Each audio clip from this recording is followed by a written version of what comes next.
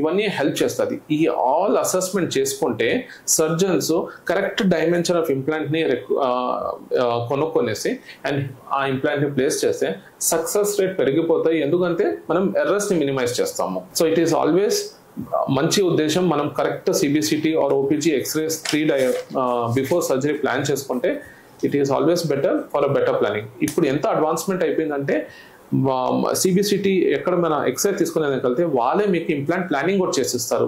ఎక్కడెక్కడ ఎముక ఉంది, ఎంత సైజులో ఇంప్లాంట్ పెట్టాలి, ఏ యాంగిల్లో పెట్టాలి అనేసి కూడా వాళ్ళు మనకి గైడెన్స్ ఇస్తారు. So it is a kind of a surgical guide for us for better placement of implant for better outcome.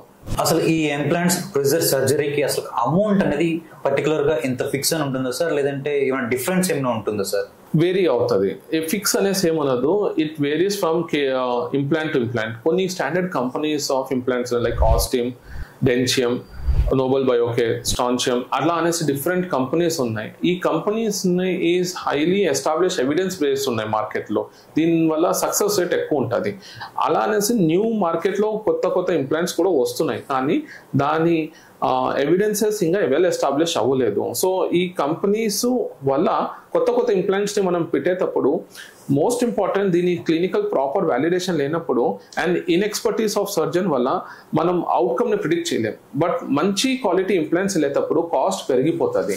డెన్షియం, Nobel Biocare, strontium ఇట్లాంటి కంపెనీకి మనం వెళ్ళేటప్పుడు కాస్ట్ పెరుగుతుంది. ఎందుకంటే ఇంప్లాంట్ కాస్టే చాలా ఎక్కువ ఉంటుంది. అండ్ అందుకే మనం ఇంప్లాంట్ ప్లేస్ చేసేటప్పుడు మనం you have all the rights. మీరు అడగాలి మీరు ఏ కంపెనీ ఇంప్లాంట్స్ పెడుతున్నారు అనేసి, దానికి వ్యాలిడేషన్స్ ఎట్లా ఉంది, అది FDA అప్రూవ్డా కాదా, జస్ట్ మనం నోట్లో ఏదో ఒక స్క్రూ తీసి బిగిచ్చేస్తున్నారంటే అట్లా మనం ఎప్పుడు యాక్సెప్ట్ చేయకూడదు. మనం మంచి ఇఫ్ ఎనీ